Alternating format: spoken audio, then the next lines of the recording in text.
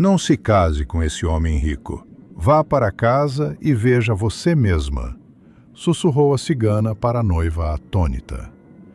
O que Ana ouviu na penumbra do seu corredor a faria transformar o casamento em ajuste de contas. O cetim pesado formava dobras densas. A consultora do salão apertou habilmente o espartilho e recuou um passo, avaliando o caimento.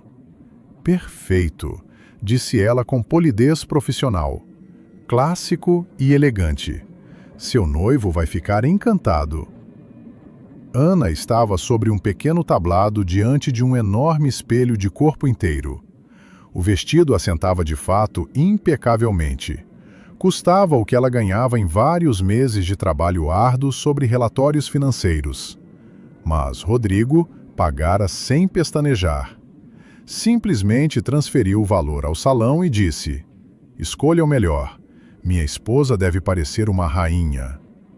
No espelho refletia-se uma mulher alta e elegante, com o cabelo escuro preso com suavidade. Olhos castanho esverdeados observavam com atenção e firmeza. O hábito de analista sênior que não desaparecia nem no provador. Ana tentava encontrar naquele reflexo uma noiva feliz, uma menina simples do interior de Minas, que havia tirado a sorte grande na vida, mas, por alguma razão, via apenas uma mulher cansada, vestida num pesado vestido branco. "Olha, isso é realmente lindo", disse Carla. A amiga estava sentada num puff macio, com as pernas cruzadas. Com seus jeans de sempre e uma camisola larga, parecia um passante casual naquele reino de rendas e pedrarias. "Até eu, com todo o meu cinismo, reconheço. Você está deslumbrante. Só muda essa cara. Você está se casando, não entregando o balanço anual." Ana sorriu fracamente. "Parece que é pesado demais. Oprime." "É a responsabilidade que oprime, amiga. O status de esposa de milionário", riu Carla. Ela se levantou do puff e bateu nos bolsos à procura do telefone. "Vou buscar café para a gente. Ali na esquina tem uma cafeteria boa. Cappuccino ou expresso para animar?" "Cappuccino sem açúcar." Carla acenou e saiu do salão. A consultora também se desculpou e foi ao estoque buscar o acessório certo. A noiva ficou sozinha. No espaçoso ambiente repleto de manequins, instalou-se um silêncio artificial. Ouvia-se apenas o zumbido dos carros lá fora, pela janela panorâmica. Ana olhou novamente para o espelho, ajustando a borda rígida do corpete, e de repente notou um movimento. De entre os vestidos de festa pendurados na sombra junto à parede, surgiu uma desconhecida. Uma senhora idosa, baixa, com um lenço escuro amarrado à moda antiga e uma saia longa. A moça não entendia como ela poderia ter entrado naquele caro ateliê onde o acesso era apenas com hora marcada. Da velha exalava um leve cheiro de ervas secas e algo empoeirado. Ela se aproximou do tablado. A visitante inesperada tinha o rosto moreno e curtido. Ana abriu a boca para chamar a gerente, mas a mulher levantou a mão ossuda e estreita. Ela não olhava para a noiva. Seus olhos escuros e penetrantes estavam fixos diretamente no espelho, no reflexo. "Não se esforce tanto, linda", disse a velha num sussurro rouco e grave. O som era baixo, mas atingiu os nervos com nitidez. "Esse papel é de outra. O vestido é branco, mas o caminho é negro. Não se case com esse homem rico." Ana franziu o senho. A mente pragmática imediatamente buscou uma explicação lógica. Uma louca da rua que entrou enquanto a segurança estava distraída. "Olha, como a senhora entrou aqui?" perguntou Ana com firmeza, virando-se para ela. "A senhora precisa ir embora." Mas a cigana não se moveu. Ela finalmente virou o olhar para a moça. Naqueles olhos não havia loucura nem pedido de esmola, apenas um conhecimento pesado e sufocante. Vá para casa hoje mais cedo. Continuou a visitante no mesmo tom uniforme e sussurrante. Vai ver tudo por si mesma. Se não for, não diga que não avisaram. Ana piscou. Um arrepio desagradável percorreu seu corpo. Ela respirou fundo para responder com firmeza e colocar a intrusa no seu lugar. Mas nesse momento, tilintou o sino da porta de entrada. Carla voltou ao salão com 2 copos de papel. Imagina, tinha uma fila enorme lá, declarou a amiga em voz alta. Ana virou a cabeça para Carla e, quando olhou novamente para o lugar ao lado do tablado, não havia ninguém. A velha havia desaparecido, como se tivesse se dissolvido entre as densas fileiras de vestidos de noiva. Por que você está tão pálida? Carla se aproximou, estendendo o café. Apertaram demais o espartilho? Você não viu agora uma senhora idosa com um lenço escuro? Ela estava aqui mesmo. Carla olhou para o salão vazio e depois encarou a amiga com desconfiança. Ana, não tem ninguém aqui além do segurança na entrada e da atendente no caixa. Você precisa respirar. Frio na barriga pré-casamento. É normal. Tira esse vestido. Vamos ao trabalho. 40 minutos depois, Ana estava ao volante do seu carro, avançando lentamente no trânsito denso da Marginal Tietê. A chuva fina picava o para-brisa. Os limpadores varriam a água ritmicamente. Carla tinha ido para sua redação e Ana seguia para o escritório da empresa de auditoria. Ela ligou o rádio, tentou ouvir as notícias do mercado, mas as palavras do locutor passavam ao largo da consciência. A frase da velha girava constantemente em sua cabeça. Vá para casa hoje mais cedo. Vai ver tudo por si mesma. Ana apertou o volante com mais força. No dedo anelar da mão direita, brilhou pesado um grande diamante. O anel que Rodrigo colocara em seu dedo num restaurante sofisticado 6 meses atrás, ao som de um violino.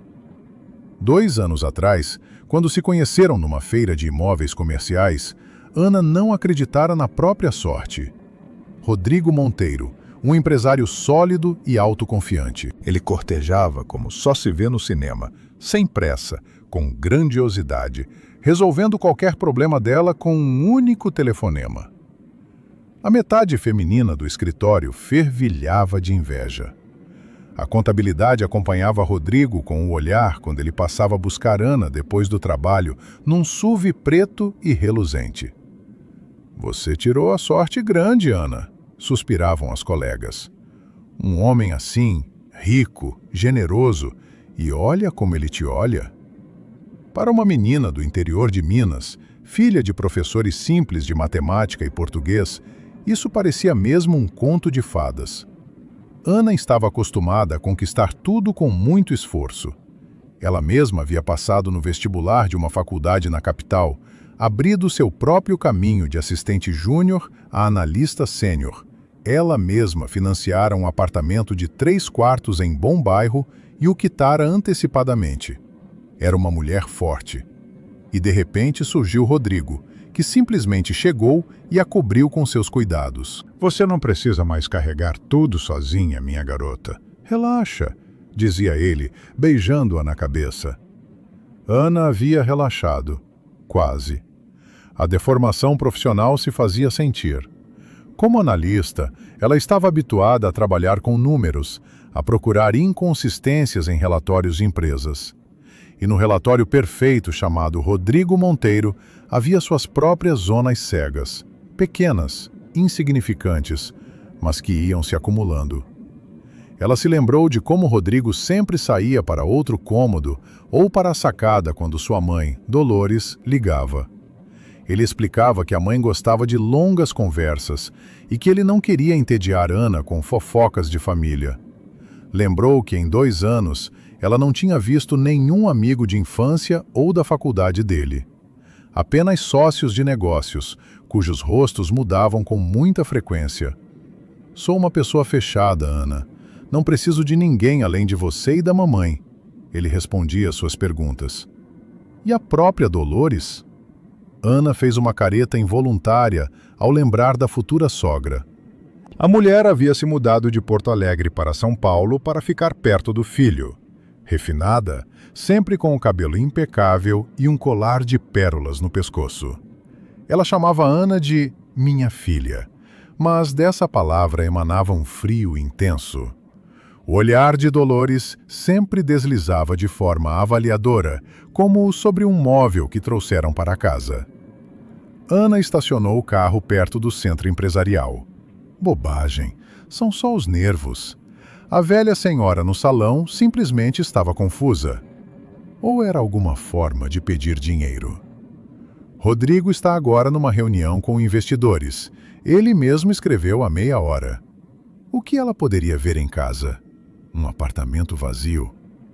O escritório recebeu Ana com o zumbido familiar do open space, o barulho dos teclados e o cheiro de café forte.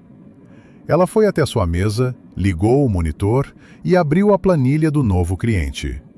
Os números se alinharam em colunas.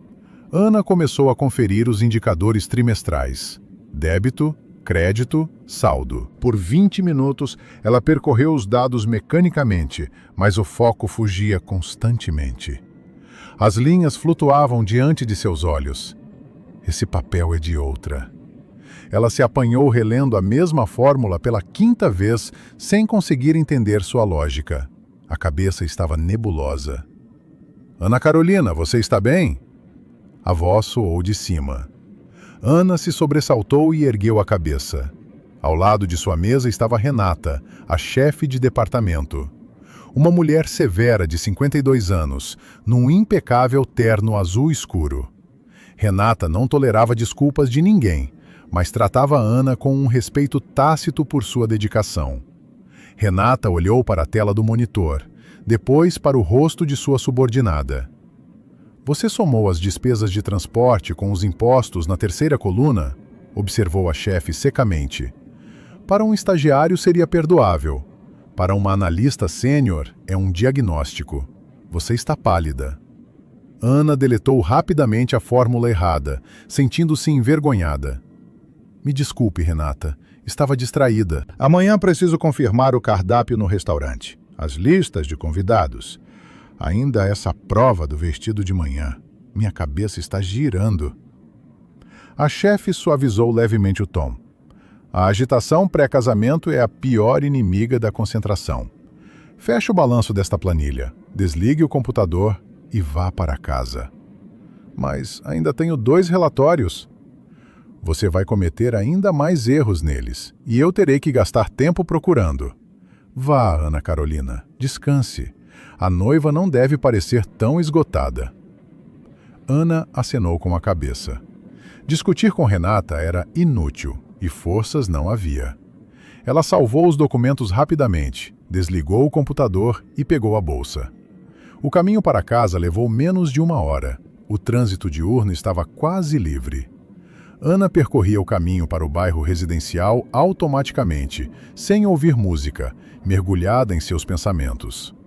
A cada quilômetro que a aproximava de casa, crescia um estranho e desagradável sentimento de apreensão. O pátio a recebeu com asfalto molhado e parquinhos vazios. Ana estacionou, entrou no prédio. O elevador subia lentamente até o 10º andar, gemendo com seus cabos velhos. Ela se aproximou de sua porta, dupla, sólida, revestida de couro escuro. Ana tirou as chaves. As mãos tremiam levemente. Respirou fundo, irritando-se consigo mesma por essa fraqueza. Colocou a chave na fechadura superior. Girou. O mecanismo clicou baixinho, como sempre, depois a inferior. Ana pressionou a maçaneta e empurrou a porta. No corredor estava escuro e silencioso. O cheiro familiar de seu lar. Um leve aroma de baunilha do difusor sobre o aparador. Cheiro de limpeza. Ana já estava prestes a rir de sua própria paranoia e entrar para tirar o casaco, quando, de repente, o ar ficou preso em sua garganta. Por baixo da porta fechada da cozinha, no fundo do corredor, filtrava-se uma faixa estreita e brilhante de luz amarela. Ana parou. Ela tinha certeza de que havia apagado as luzes. De manhã, Rodrigo deveria ter saído para uma reunião importante do outro lado da cidade e só voltaria para o jantar. Mas a luz estava acesa e de trás da porta da cozinha chegavam vozes. Soavam abafadas, uniformes, sem gritos ou brigas. As pessoas conversavam tranquilamente, como em casa. Uma voz pertencia a Rodrigo. Ana reconheceu seu barítono grave e a segunda, Ana não deu um passo. Ficou parada no corredor escuro, segurando as chaves. O medo subia lentamente pelo corpo. Ela temia se mover, temia até respirar, para não revelar sua presença. Ana ficou no corredor sem tirar o casaco molhado. O ar no apartamento de repente ficou denso e pesado. Faltava para respirar com plenitude. Ela baixou o olhar. No piso de madeira clara, bem ao lado do banco do corredor, havia um sapato estranho. Não eram os escarpins discretos de Dolores, nem os chinelos de casa. Largado de qualquer jeito junto ao cabideiro, havia um escarpim vermelho vivo em verniz, num salto fino e exageradamente alto. Parecia vulgar em contraste com o corredor arrumado e pensado até nos mínimos detalhes. Ao aroma do difusor de baunilha misturava-se agora um perfume alheio, adocicado de forma sufocante, de flores baratas. De trás da porta fechada da cozinha veio o tinir de uma xícara no pires, seguido de uma risada feminina cascata, jovem e completamente estranha. "Rodrigo, fala sério, a gente vai mesmo para a Europa?" Soou uma voz feminina alta e empostada. A entonação era arrastada, ressentida. "Você já prometia as passagens no mês passado. Já fui olhando todos os biquínis."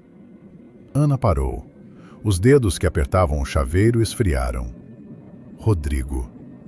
Ninguém em seu círculo o chamava assim, de forma tão íntima. Só Rodrigo.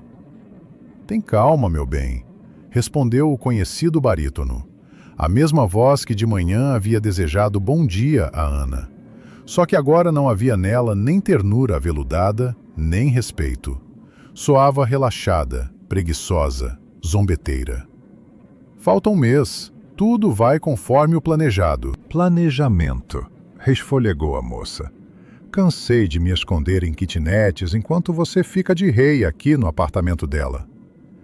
"Esse apartamento vai se pagar em breve", respondeu Rodrigo calmamente. Uma cadeira rangeu. Ao que parece, ele recostou-se nela. "Depois do cartório, fazemos uma pausa de uma semana. Aí eu abro crédito no nome da Ana em 3 bancos. O histórico dela é impecável. Vão liberar o valor máximo sem perguntas. Pegamos o dinheiro, transferimos o AP dela para o nosso nome e vamos embora." "E se ela resistir?" perguntou a moça com desconfiança. "Ela é aquela que trabalha com números, não é?" "Analista", riu Rodrigo. "Vive enfiada nas suas planilhas. Nos relatórios ela enxerga cada centavo, mas na vida é cega como um filhotinho, apaixonada até a raiz do cabelo. Eu sou para ela rei e salvador da solidão. Vai assinar tudo o que eu colocar na frente, nem vai ler." No corredor, Ana lentamente se encostou de costas na porta da entrada. As pernas pararam de sustentá-la. Um frio subia dos pés para cima, tomando o estômago e o peito. Isso não era apenas uma traição. O que ela ouvia agora soava como um cálculo cínico de pessoas que partilhavam sua vida a sangue frio. "O principal, meu filho, é não enrolar." Soou de repente uma terceira voz. Ana fechou os olhos. Dolores. A futura sogra, a aristocrata gaúcha que a chamava de minha filha. A voz da senhora idosa soava não com doçura mel, como de costume, mas com dureza, de forma prática e seca. "Assim que ela assinar tudo, não espere ela cair na real", continuava Dolores, mexendo metodicamente a colherinha no chá. "Já acertei tudo. Vamos registrar um colapso nervoso grave nela. Agitação pré-casamento, estresse no trabalho, esgotamento. Quadro perfeito. Um médico conhecido da clínica vai providenciar tudo, vai prescrever os medicamentos certos, dosagem correta, e em um mês ela nem o próprio nome lembra. Atestam a incapacidade civil e todo o patrimônio passa, como marido legítimo e tutor, para o seu controle. Limpo e sem processos. A voz feminina jovem na cozinha riu nervosamente. Parece assustador, Dolores. A vida toda é uma coisa assustadora, Lininha, observou a sogra filosoficamente. Mas a Europa é quentinha. Ana começou a deslizar lentamente, centímetro por centímetro, pela superfície lisa da porta. Os joelhos pousaram no tapete. Ela pressionou com força as palmas contra os lábios, mordendo-os para cortar aquele medo insuportável. Na penumbra do corredor, ao lado do banco, havia uma grande caixa branca e brilhante. Ana a havia buscado no salão naquela manhã. Dentro estava o véu de seda finíssima feito à mão, bordado com micropérolas. O véu com o qual ela deveria caminhar em direção ao altar em 3 semanas. Ana olhava para aquela caixa branca através da névoa que cobria seus olhos. O contraste entre aquele símbolo de pureza e aquela traição negra para a qual estavam prestes a empurrá-la era insuportável. Ela compreendeu tudo. Ela não era para eles uma pessoa, uma noiva ou uma mulher. Era um recurso, um depósito conveniente que eles encontraram, desenvolveram e agora se preparavam para explorar até o fim, e a ela mesma trancar num quarto de clínica psiquiátrica. Vá para casa hoje mais cedo. A voz da velha cigana voltou à memória. Se não fosse ela, se Ana simplesmente voltasse à noite depois do trabalho, Rodrigo a teria recebido com jantar, beijado na cabeça, e a sogra teria servido chá e perguntado como foi o dia. O instinto de sobrevivência funcionou mais rápido do que o cérebro paralisado pelo horror. Preciso sair agora mesmo. Ana se apoiou no chão com as mãos. Levantou-se em silêncio. Cada movimento custava esforço. Ela estendeu a mão trêmula para a fechadura. A trava metálica, que sempre girava com um leve movimento, agora parecia pesar toneladas. Não clique, por favor. Silêncio. Ela girou lentamente o mecanismo. A porta rangeu levemente ao abrir para o corredor do prédio. Ana escorregou para fora e puxou a maçaneta para si com a mesma lentidão, fechando a fechadura por fora. O clique, mesmo assim, soou. Ana se afastou da porta. Sem esperar o elevador, disparou para a escada. Com pernas que não dobravam direito, desceu os degraus de concreto. 10º andar. 9º. 8º. Os ouvidos zumbiam de sangue, a respiração saía com esforço dos pulmões. Parecia que a qualquer momento a porta do andar se abriria e Rodrigo correria atrás dela, agarraria pelo colarinho do casaco e a arrastaria de volta para aquele apartamento do qual ela jamais sairia. Ela voou para fora do prédio. A chuva de outono havia intensificado. Gotas frias batiam no rosto, escorregavam pelo colarinho. Mas Ana não sentia o frio. Chegou correndo até seu carro, derrubou as chaves 2 vezes no asfalto molhado antes de conseguir abrir a porta. Ao trancar a porta do carro, pressionou o botão de travar. Só então, no espaço fechado do veículo, ela permitiu-se soltar o ar. Ana ligou o motor. Os limpadores varreram a água do vidro, abrindo a vista para as janelas do seu próprio apartamento no 10º andar. Lá ardia uma luz amarela e quente. Lá tomavam café pessoas que já tinham repartido sua vida entre si. Ela deu ré bruscamente e saiu do pátio. O caminho até a Lapa, onde morava sua amiga de faculdade Carla, foi como num sonho. Ana não se lembrava de como trocava de faixa, de como parava nos semáforos. As mãos apertavam com força o volante. Ela conduzia o carro pela garoa cinzenta paulistana, guiada por um único desejo: chegar a um lugar seguro. Um prédio antigo de 4 andares numa rua tranquila. Ana subiu correndo até o terceiro andar e pôs-se a bater na porta conhecida. A porta se abriu quase imediatamente. Na soleira estava Carla, de calça de moletom, numa camisola gasta, com um lápis enfiado descuidadamente nos cabelos curtos. Ela olhou de cima a baixo para Ana. Cabelo encharcado, rímel borrado nas bochechas, lábios trêmulos. Carla não fez nenhuma pergunta. Ela simplesmente agarrou a amiga pela manga do casaco, puxou-a para dentro do corredor e fechou a porta, girando a chave 2 vezes. "Tira o casaco", ordenou ela brevemente, arrancando o casaco molhado de Ana. "Vem para a cozinha." A pequena cozinha apertada de Carla estava cheia de livros, cadernos e impressos. A jornalista investigativa sempre trabalhava em casa.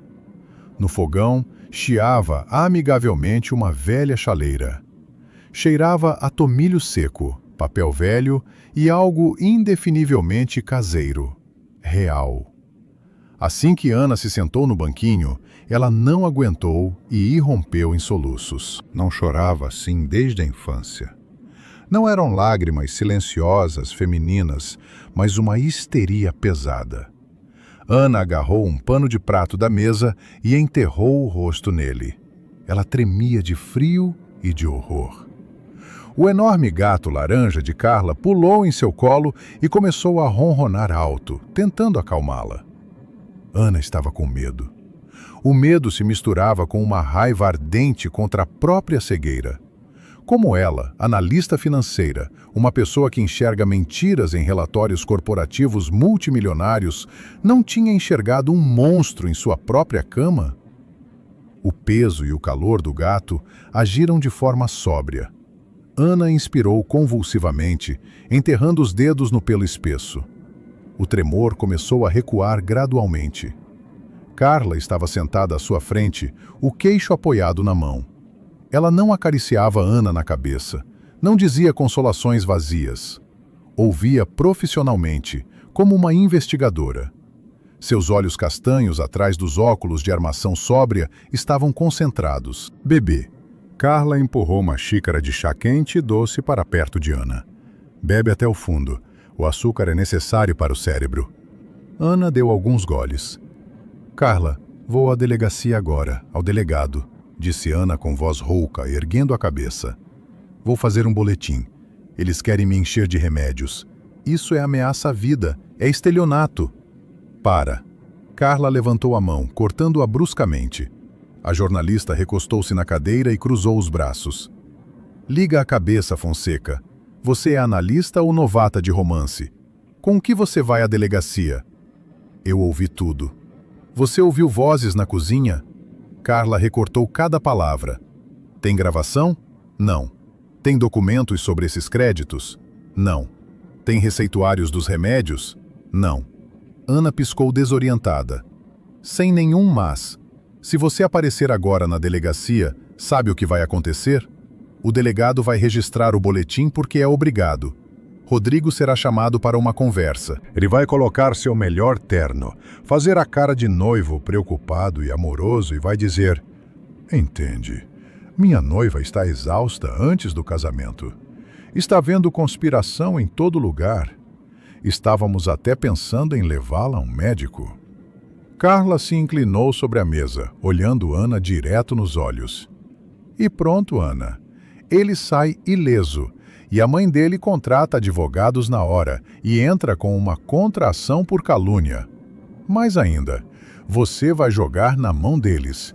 Eles vão provar que você é instável e depois simplesmente vão pegar as malas e desaparecer do seu apartamento para procurar a próxima vítima com bom histórico de crédito. Você quer que ele simplesmente vá embora?" Ana parou. O gato em seu colo continuava ronronando ritmicamente. Diante de seus olhos internos, surgiu o rosto polido e convencido de Rodrigo, e sua certeza de que ela era cega como um filhotinho. Lembrou o olhar arrogante de Dolores, que desprezava seus pais. A vontade de fugir e se esconder de repente foi substituída por um sentimento completamente diferente. As lágrimas secaram, deixando nas bochechas uma crosta esticada e salgada. Lá dentro, começou a acender um cálculo frio e uniforme. O que você propõe? A voz de Ana soou baixa, mas firme. O tremor havia saído completamente das mãos. Carla sorriu lentamente. Era um sorriso duro de profissional que farejou uma grande investigação. Proponho fazer uma exposição pública tão devastadora que eles não vão se livrar, de forma documentada, para que não apenas saiam sem um centavo, mas sejam presos com vergonha. A jornalista tirou da pilha sobre a mesa um caderno limpo e clicou a caneta. Mas para isso, amiga, você vai ter que fazer um feito. Você vai voltar para aquele apartamento. Vai dormir na mesma cama com ele, preparar café pela manhã e conversar amigavelmente com a sogra sobre a cor dos guardanapos nas mesas do banquete. Vai ser a noiva perfeita, cega e feliz. Temos exatamente 3 semanas até o dia do registro. 3 semanas vivendo com traidores, ecoou Ana. Sim, e eu, nessas 3 semanas, vou virar a biografia dele de cabeça para baixo. Vou checar as bases fiscais, passar pelos registros de execução judicial. Vou encontrar essa tal Alina. Vou encontrar tudo o que ele deixou para trás no passado. Vamos cercá-lo com documentos por todos os lados. Carla olhou para a amiga. Nos olhos de Ana não havia mais nem pânico, nem a dor de uma mulher traída. Ali havia surgido aquela mesma expressão com a qual ela vasculhava fraudes milionárias em relatórios de corporações desonestas. Cálculo analítico gelado. A equação estava posta. Restava apenas encontrar as variáveis desconhecidas e fechar o balanço. Vamos fazer uma exposição pública bem no casamento, disse Ana baixinho, acariciando o gato. Exatamente, acenou Carla. Está pronta? Estou voltando para casa. Ana cuidadosamente tirou o gato do colo e se levantou. Chama um aplicativo. O jogo começou. A manhã começou com um cheiro de café recém-moído. Aquele grão especial que Rodrigo sempre pedia numa torrefação artesanal. Antes, esse aroma parecia a Ana, cheiro de conforto e segurança. Agora, causou um espasmo desagradável no estômago. Ana ficava parada diante de sua própria porta e se forçava fisicamente a enfiar a chave na fechadura. A noite inteira passara na casa de Carla, caindo sob a madrugada num sono pesado e inquieto, num desconfortável sofazinho de cozinha. Para Rodrigo, havia sido enviada uma mensagem curta no mensageiro. Acabei ficando até tarde conversando com a Carla. Bebemos um vinho.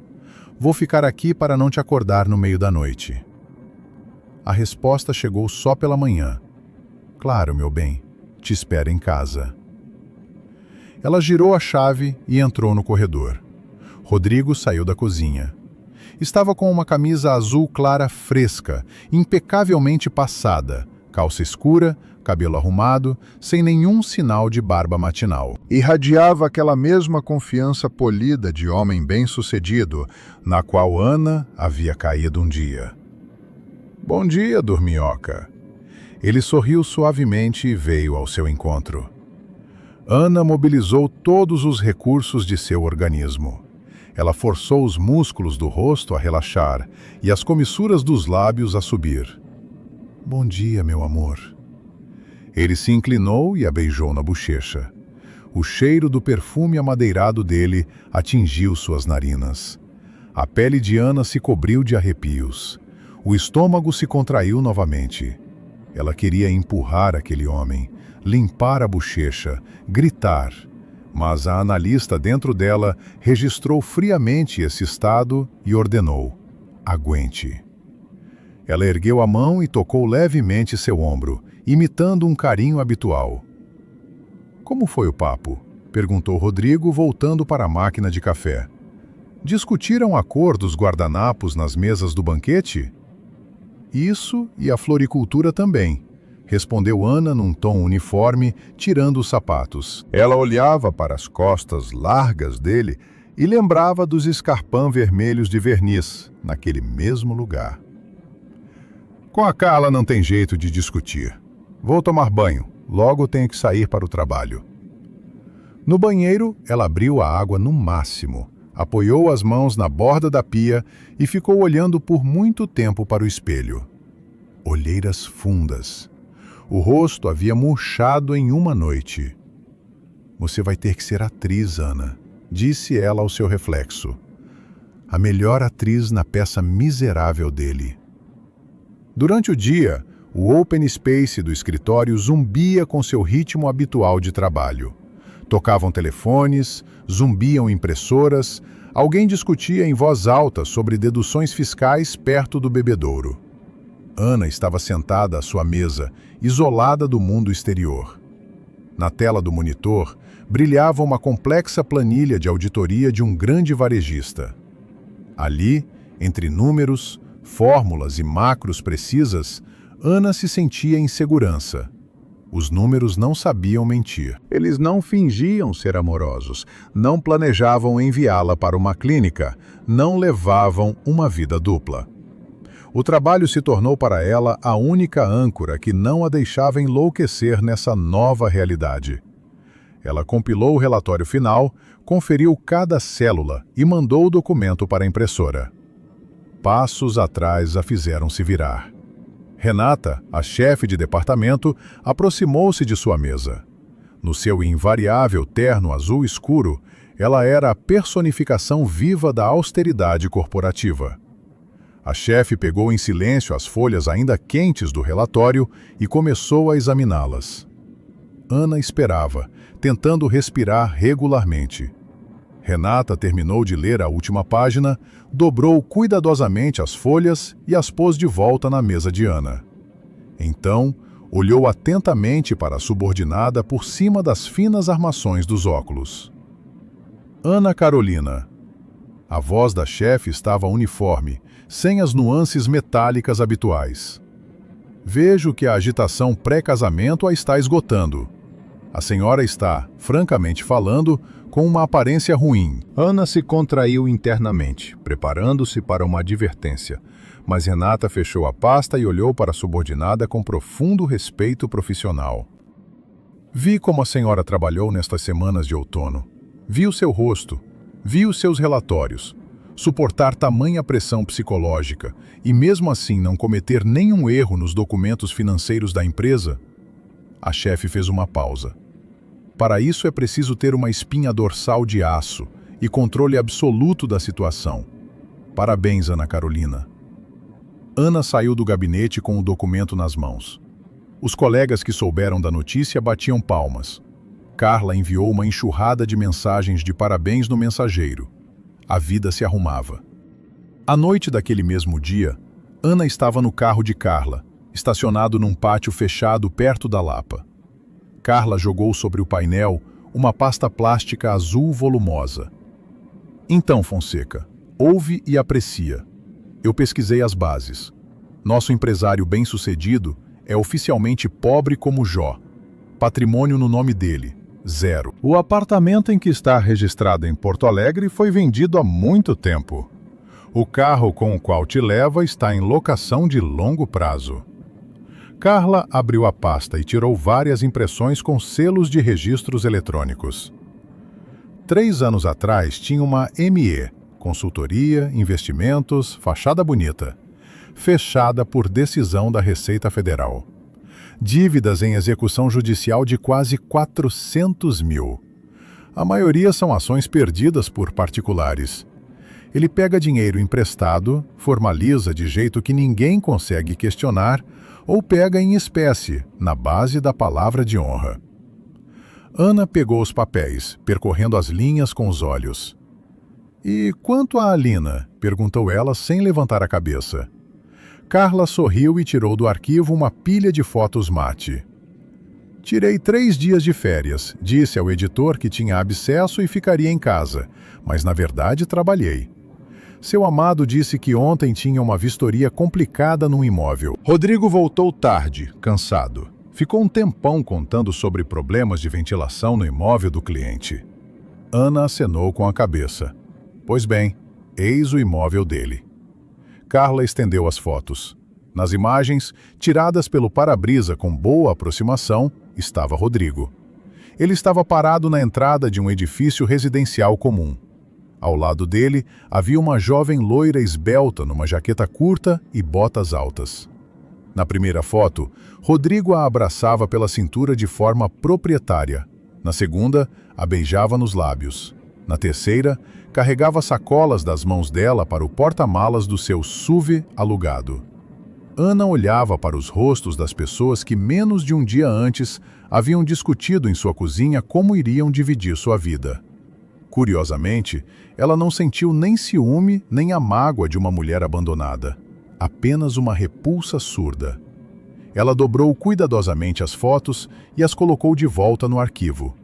A pasta da vingança havia ganhado um argumento de ferro. A menina se chama Alina, comentava Carla, tamborilando os dedos sobre o volante. 25 anos, trabalha como recepcionista num salão de beleza. Mora de aluguel, não é brilhante, tem muita ambição. Material descartável típico. Mas tenho algo mais sério para você. A jornalista tirou o último e mais volumoso documento grampeado. Enquanto eu fuçava os arquivos judiciários, encontrei um processo fechado. Autora, Ana Paula Carvalho. Réu, Rodrigo Monteiro. Valor da ação, R$200 mil. Artigo de enriquecimento sem causa. Ela perdeu. Não tinha base de provas suficiente. Ele fazia tudo por acordos verbais e contas fantasmas. Onde ela está agora? Ana ergueu o olhar para a amiga. É aí que fica interessante. O processo foi em Ribeirão Preto, mas há 6 meses Ana Paula se mudou para São Paulo. Aparentemente, fugiu dos cobradores e da vergonha na cidade natal. Encontrei seu local de trabalho atual, uma pequena empresa de logística na Zona Sul. Trabalha lá como contadora. Acho que vocês precisam se encontrar. O café na periferia da cidade cheirava a óleo queimado e café solúvel. Lá fora, na escuridão que se fechava, passavam faróis de caminhões. Ana estava sentada numa mesa de plástico no canto mais afastado, roçando nervosamente o alça da bolsa. A porta do café rangeu. Entrou uma mulher. Ana a reconheceu imediatamente, mesmo tendo visto apenas uma foto antiga das redes sociais que Carla havia encontrado.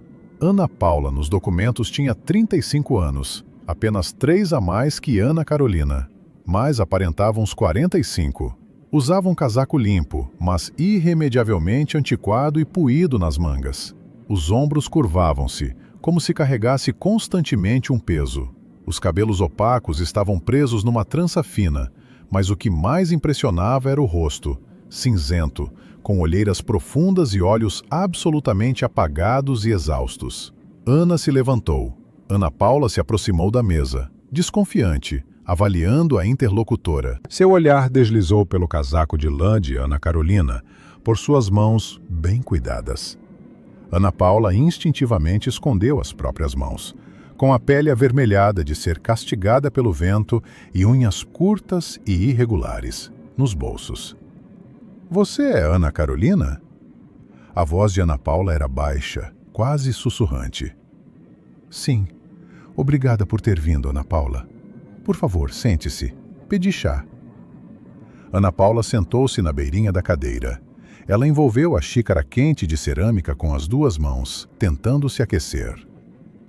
Sua amiga disse por telefone que o assunto envolve Rodrigo e que você é a noiva atual dele. Ana Paula olhou para Ana Carolina diretamente. Em seu olhar não havia hostilidade, apenas cansaço pesado. Por que você me procurou? Quer saber se ele me traiu? Eu sei quem ele é, Ana Paula, disse Ana com suavidade, mas firmeza. Sei que ele não é quem diz ser. Sei sobre o processo. E não estou aqui por curiosidade feminina. Quero detê-lo. Ana Paula sorriu com amargura, sem alegria. As ruguinhas ao redor dos olhos se acentuaram. Deter o Rodrigo. Você não entende com quem se meteu. Ele sabe como ser perfeito. Ana Paula bebeu um gole de chá, olhando para além da parede do café, para o seu passado. Nos conhecemos num treinamento de negócios.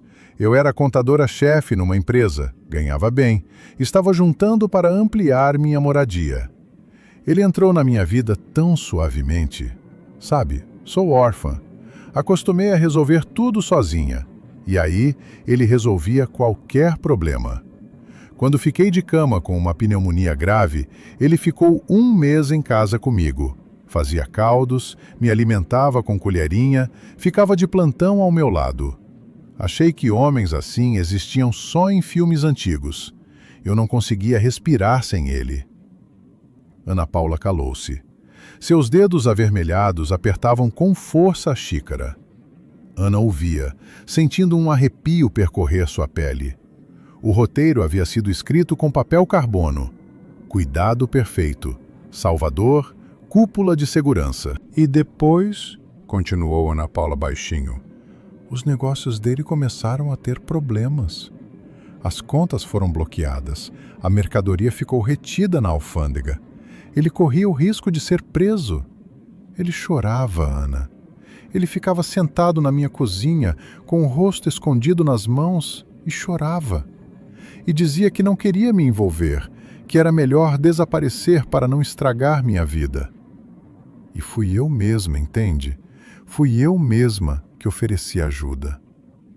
A voz de Ana Paula tremeu.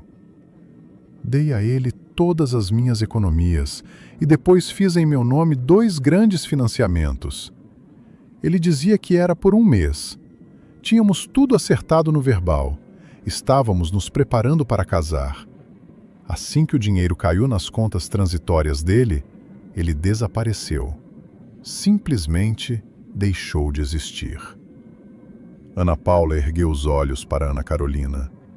Neles havia lágrimas que não chegavam a cair. Entrei com processo, mas os advogados balançaram a cabeça. As transferências foram voluntárias, não há recibos. As empresas fantasmas estão registradas em nome de laranjas. Fiquei com uma dívida de R$200 mil. A mulher olhou para as próprias mãos sobre a mesa. Há 3 anos não compro roupa nova, Ana. Trabalho em 2 empregos, no principal e em turno noturno fechando balanços de pequenas empresas. Economizo em comida, porque todo mês preciso pagar uma fortuna ao banco para que eles não tomem o apartamento da minha tia, que foi dado em garantia. Fugi de Ribeirão Preto porque lá todo mundo me conhecia. Eu não vivo. Eu simplesmente cumpro uma pena por ter acreditado num conto de fadas. Ana tirou da bolsa o cartão de um advogado e o pôs sobre a mesa de plástico diante de Ana Paula. Não posso devolver seus anos e seus nervos, Ana Paula, mas posso lhe prometer uma coisa. Rodrigo não vai sair impune. Em 10 dias temos a cerimônia de casamento, suntuosa, com 100 convidados e família dele. Quero expô-lo lá, publicamente, com provas. Ana Paula se sobressaltou e se afastou instintivamente da mesa. Ana Carolina, você é louca. Ele é perigoso. Vai se sair bem. Tenho medo dele. Você não tem mais nada a perder, interrompeu Ana, com firmeza, mas sem arrogância. Ela se inclinou para a frente. Você já está no fundo, e eu estou à beira. Tenho uma amiga jornalista, advogados competentes e tenho gravações de conversas onde ele discute a fraude. Mas preciso de você, da sua história, dos seus extratos do processo. Se unirmos isso, o juízo terá que abrir inquérito. Será um sistema, não um caso isolado. Ana olhava nos olhos apagados de Ana Paula, tentando acender neles pelo menos uma faísca de dignidade. Peço que venha a este casamento e diga a verdade, por si mesma e pelas mulheres que ele vai encontrar depois de mim, se não o pararmos. Ana Paula ficou em silêncio por muito tempo. O silêncio à mesa era quebrado apenas pelo zumbido velho de uma geladeira de bebidas no canto do café.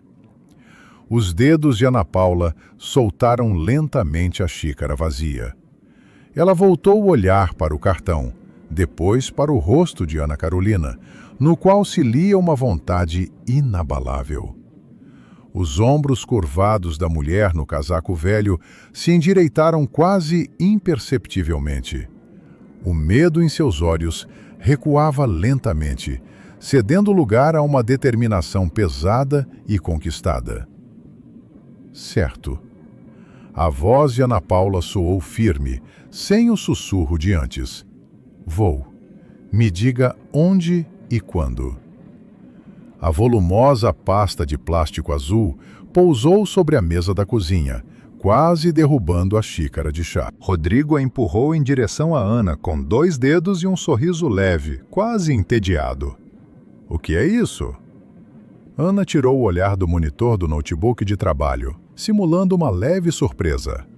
Formalidade, meu bem, burocracia normal. Rodrigo tomou café e se recostou na cadeira. Meus advogados insistiram, no mundo dos negócios sérios é assim, pacto antenupcial. É só um seguro contra riscos da minha empresa, para que em caso de fiscalizações fiscais, não mexam com minha esposa. Dá uma olhada, assinamos amanhã no cartório. Ana passou lentamente a palma pela capa lisa da pasta. Por dentro, ela se contraiu toda, mas no rosto não se mexeu um músculo sequer. Ela sorriu suavemente. Claro, meu amor. Vou ler antes de dormir. Você sabe meu hábito profissional. Não consigo assinar sem dar uma olhada no texto. Rodrigo sorriu, claramente satisfeito com sua submissão, e foi para a sala atender mais um telefonema. Ana pegou a pasta, foi ao banheiro, abriu a água no máximo para abafar o som e tirou o celular. Ela fotografou rápida e metodicamente o documento, página por página, e enviou os scans para Arthur, um conhecido de longa data, advogado meticuloso e pedante em direito civil. A resposta de Arthur chegou 2 horas depois, quando Rodrigo já dormia. O advogado ligou ele mesmo, apesar do horário avançado. Ana, você está em sã consciência? A voz de Arthur soava seca, mas nela transparecia uma preocupação genuína. Você leu o que ele te trouxe? Abre a página 8. Cláusula de responsabilidade solidária. Ela estava na sacada escura, encolhida no cardiga. O vento outobrino estava frio. O que exatamente você encontrou? É uma armadilha financeira. Está formulado de forma muito astuta, por 3 remissões a outros parágrafos, mas a essência é uma. Quaisquer obrigações de dívida, financiamentos e empréstimos formalizados por um dos cônjuges durante o casamento são reconhecidos como dívida comum, independentemente de para que fins foram usados. E tem mais. Página 12. Cláusula de transferência de patrimônio. Com o surgimento dessas dívidas solidárias, o patrimônio adquirido antes do casamento pode ser convertido em propriedade conjunta para garantia perante os credores. Ana, se você assinar isso, ele vai fazer financiamentos em seu nome por centenas de milhares e você vai pagar com seu apartamento. Nem pense em colocar nenhuma vírgula ali. Não vou colocar, Arthur, respondeu Ana calmamente.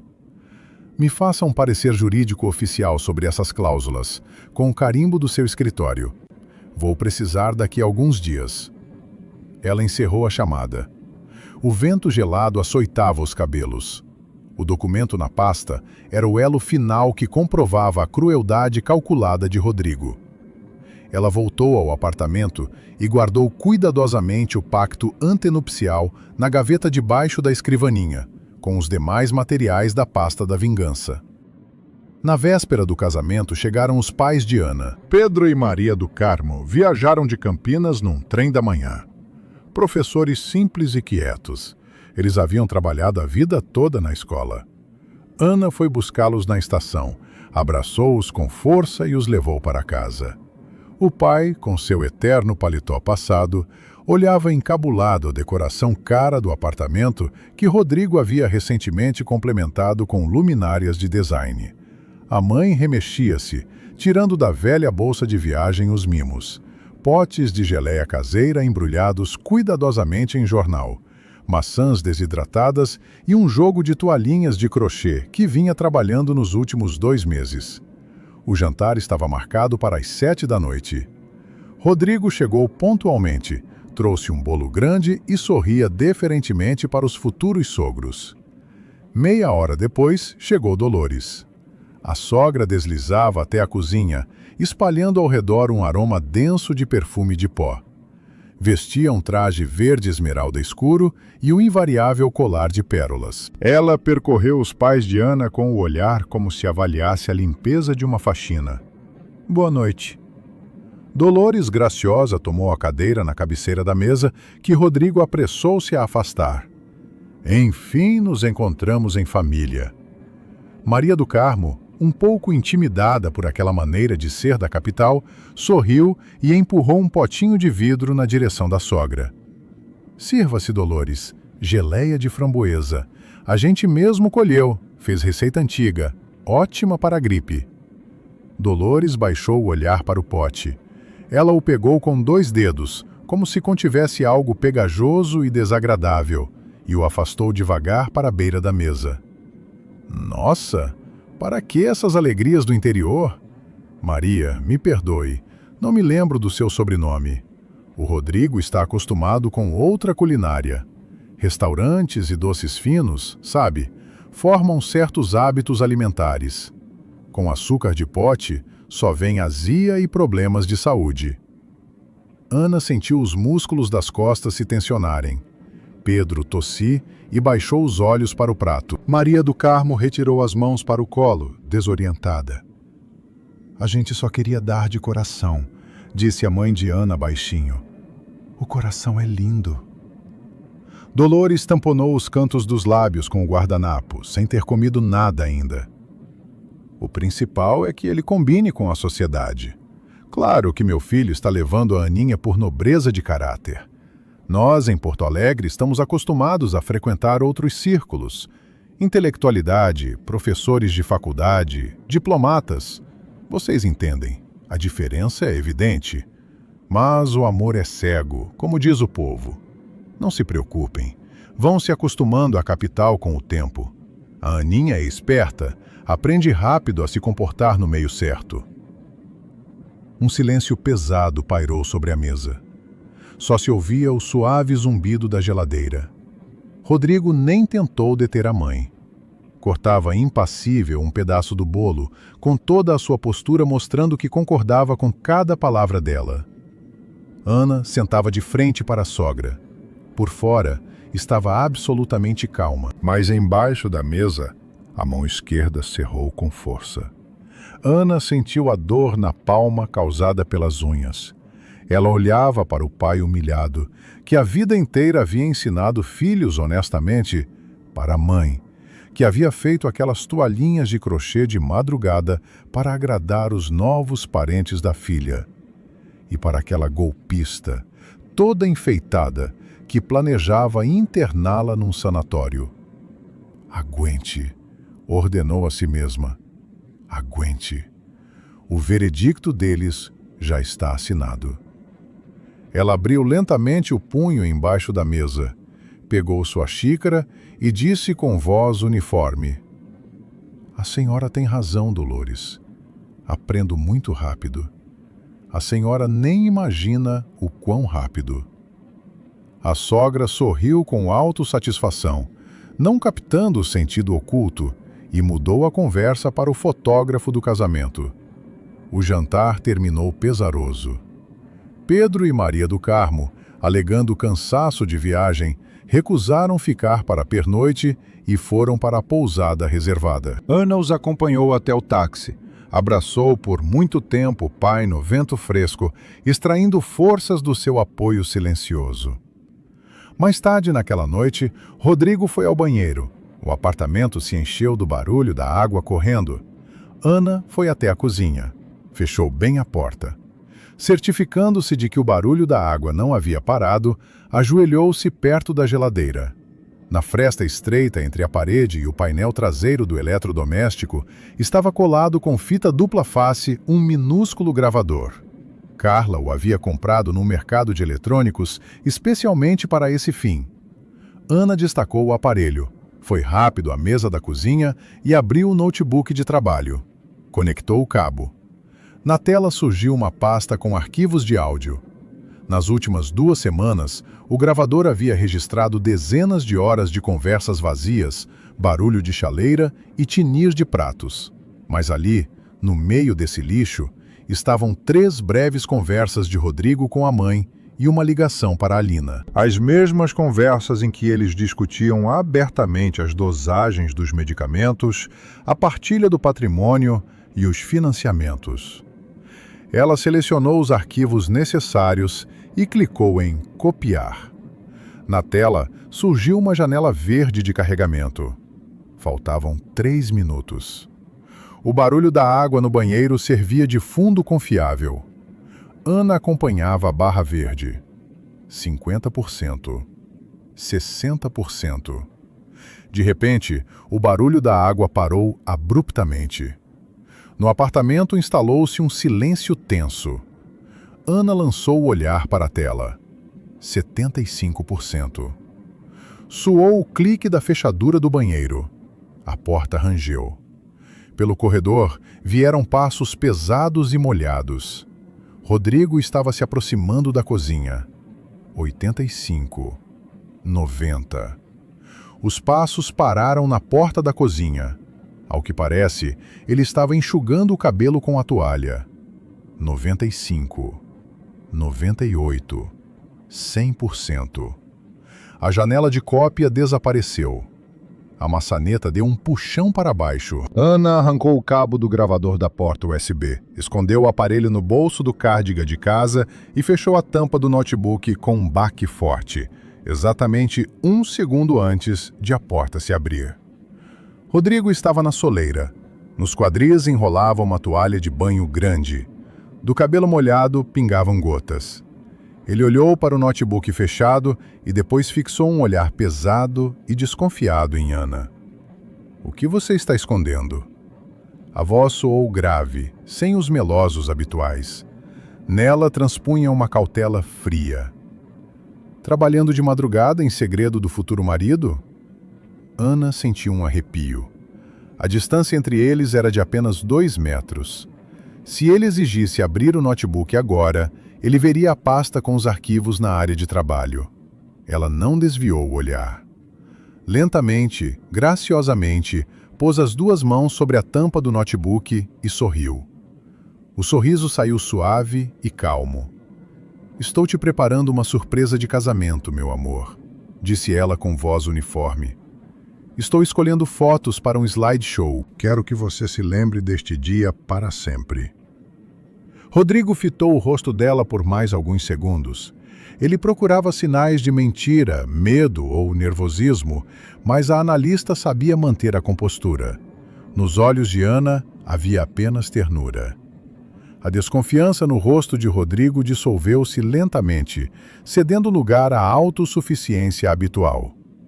"Surpresas são boas." Ele esboçou um sorriso e se aproximou, passando a mão molhada em seu ombro.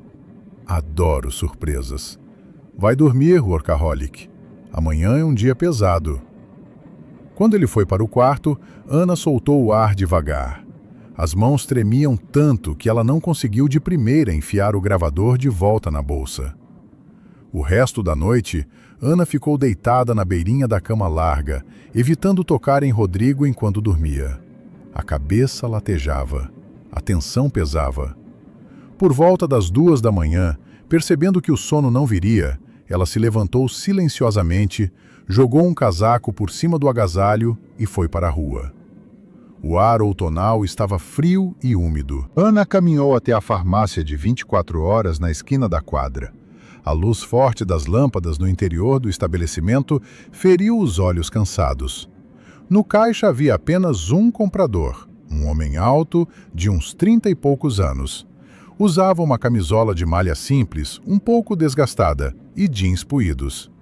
O cabelo loiro estava em desalinho, como se ele passasse a mão nele toda hora.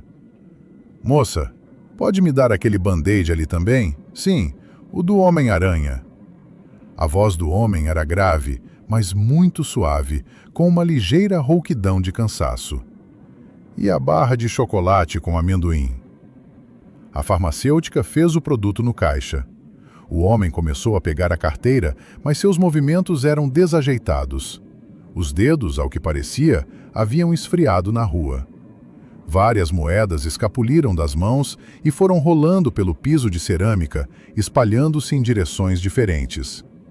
O homem suspirou pesadamente e se abaixou desajeitadamente, tentando recolhê-las. Me desculpe, pelo amor de Deus, o turno foi pesado, as mãos não obedecem, disse ele com voz constrangida, se dirigindo tanto à farmacêutica quanto a Ana, que estava atrás.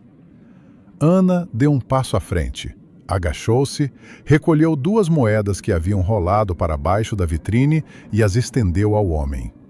Os olhares se cruzaram. Ele tinha olhos claros e bondosos. Neles havia um cansaço humano profundo, mas nem um grama de falsidade, arrogância ou... Ana não respondeu imediatamente. Ela manteve a pausa. 1 segundo, 2, 3. O silêncio no salão de Solene começou a se tornar tenso. Alguém nas fileiras do fundo tossia desconfortavelmente. Dolores ergueu ligeiramente o queixo, franzindo a testa. Rodrigo tentou puxar Ana discretamente para si. Seu sorriso foi ficando levemente rígido. Ana, sussurrou ele com os lábios. A moça soltou suas mãos do aperto dele. Deu um passo para trás, endireitou os ombros e olhou Rodrigo diretamente nos olhos. Sua voz soou uniforme, clara e absolutamente calma, sem o mínimo tremor. Sem microfone, ela ecoou por todo o salão silencioso. Não. Com esse golpista, eu não me caso. As palavras caíram pesadas e cortantes, pairando na tintilante quietude do salão. O salão se agitou. Os convidados se entreolhavam com espanto. Maria do Carmo pressionou as mãos às bochechas. Os parentes de Rodrigo sussurraram indignados. O noivo empalideceu instantaneamente. A máscara perfeita se rompeu. Ele se adiantou, tentando agarrá-la pelo cotovelo. Ana, o que está falando? Você está mal? Ficou nervosa? Alguém chama o médico?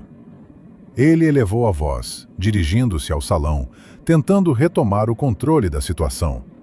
A noiva está em crise? Ela recuou mais um passo, ficando fora de seu alcance. Pegando o microfone que estava sobre a mesa da oficial, Ana falou. Estou absolutamente bem, Rodrigo. Quero que cada pessoa presente aqui saiba quem está agora diante do altar. Cala, pode ser. A luz no salão se apagou abruptamente. Ficou apenas a iluminação sobre o altar. Com um zumbido suave, o poderoso projetor se ligou. Na enorme parede branca, atrás da desconcertada oficial do Registro Civil, surgiu uma imagem. A foto era enorme e cristalina. Rodrigo, com sua jaqueta inconfundível, beija apaixonadamente a Lina na entrada de um edifício residencial. No salão se instalou um silêncio denso. Ninguém se movia. Ana varreu com o olhar os rostos dos presentes. Essa moça se chama Alina. Tem 25 anos e Rodrigo lhe prometeu voar para a Europa exatamente 1 mês após o nosso casamento. Ela não esperou os convidados digerissem a informação. A analista sênior trabalhava com dureza, apoiada apenas em fatos. Um clique do mouse de Carla.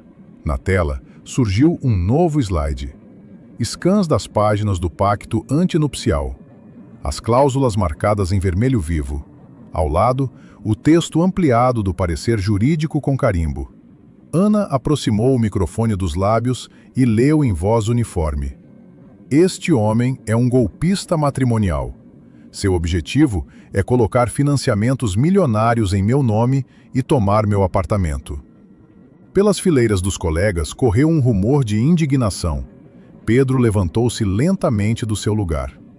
Clique. Terceiro slide. extratos judiciais de Ribeirão Preto, cópia da ação de R$ 200 mil e uma foto ampliada de Ana Paula num café barato. 3 anos atrás, este homem faliu uma mulher chamada Ana Paula. Ele a convenceu a fazer em seu nome enormes financiamentos para o seu negócio e desapareceu. Ela ainda está pagando as dívidas dele, economizando em comida. Seu objetivo hoje é repetir esse esquema, colocar empréstimos milionários em meu nome e tomar meu apartamento. Cala essa boca. A voz de Rodrigo se quebrou num grito rouco. Ele deu um passo à frente. O rosto estava distorcido de raiva. Desligo essa porcaria. Ela está louca. E para quem acha que eu fui à loucura ou estou me vingando de uma traição? A noiva não recuou 1 milímetro. Ela olhava para o rosto distorcido do ex-noivo. Ouçam.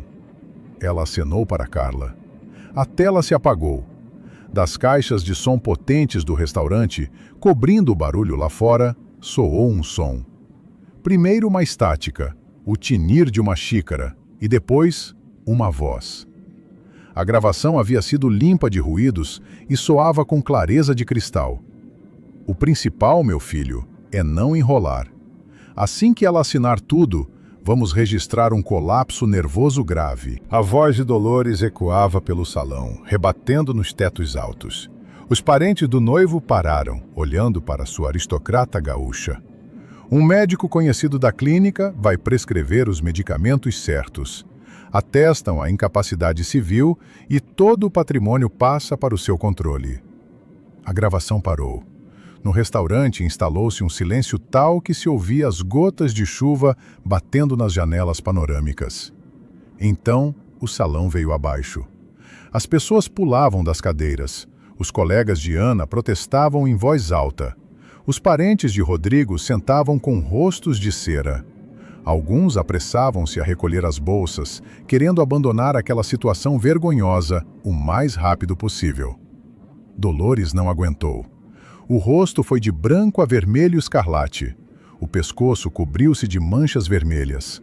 Ela se levantou com um estrondo, derrubando a pesada cadeira. Vagabunda! Ela berrou com uma voz de feira, tendo perdido todos os vestígios de refinamento. Precipitou-se em direção ao altar, agitando os braços. É montagem. Ela armou tudo para envergonhar meu filho. Você é uma histérica louca. Ela tentou avançar, mas Pedro se pôs no caminho. O velho professor de matemática deu um passo à frente.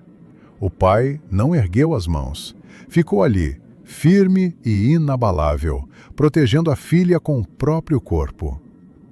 Afaste-se da minha filha, disse Pedro baixinho, mas com um peso tal que Dolores recuou e parou. O homem virou-se para Ana e acenou quase imperceptivelmente.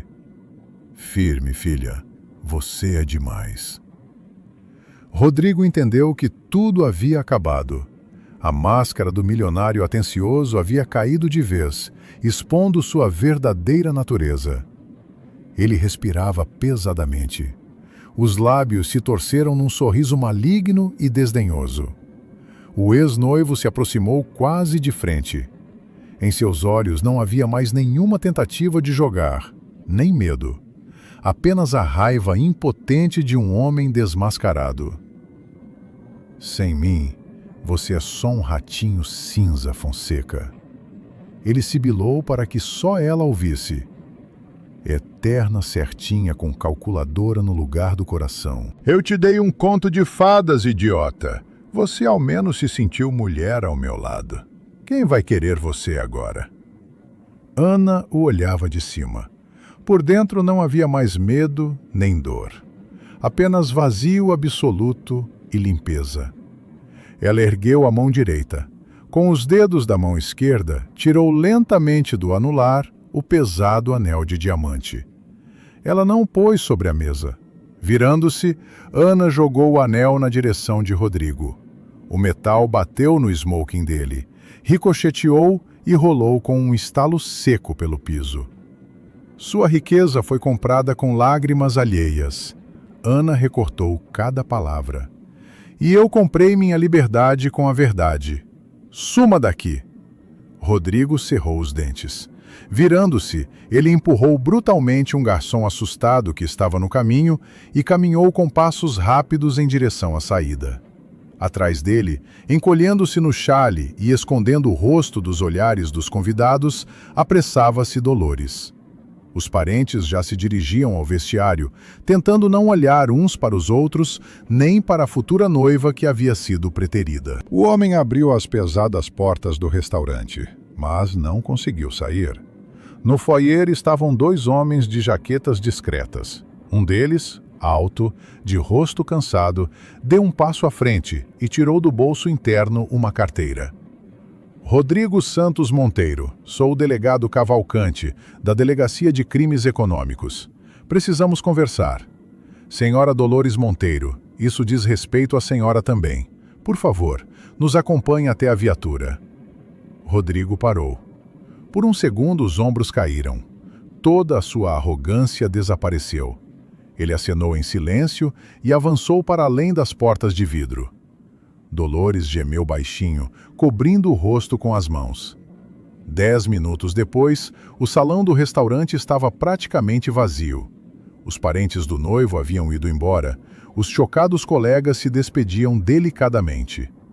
Perto do altar ficaram apenas 4 pessoas: Ana, seus pais e Carla. A oficial do registro civil calou-se, recolheu seus papéis com respeito e leve susto, e também se retirou. A moça se deixou cair pesadamente numa cadeira perto da janela panorâmica. As pernas latejavam. Ela encostou a testa no vidro frio. Por ele, escorriam grossos fios de chuva outonal. O gerente do restaurante, um homem idoso de bigode grisalho, veio ao encontro deles em silêncio. Ele não fez perguntas, não pediu que desocupassem o salão. Fez um sinal silencioso para o garçom. O garçom se aproximou com uma bandeja e colocou diante de Ana, seus pais e Carla 4 pratos fundos de caldo nutritivo fumegante e uma cestinha de pão fresco. Comam. Precisam de forças, disse o gerente quietamente e se afastou. Ana pegou a colher. As mãos não tremiam mais. Ela olhou para a mãe que furtivamente enxugava as lágrimas, para o pai que comia calmo e compassado, e para Carla, que, satisfeita, rolava algo no celular. No restaurante onde deveria ter acontecido o casamento mais caro do ano, cheirava a pão simples e caldo. Fonseca olhava para a água escura pela janela. Pela primeira vez em 2 anos, ela respirava com uma leveza absoluta. Era livre. O inverno foi nevoso, escuro e extenuante. As pesadas portas de madeira do Fórum de Justiça tornaram-se para Ana uma paisagem familiar durante vários longos meses.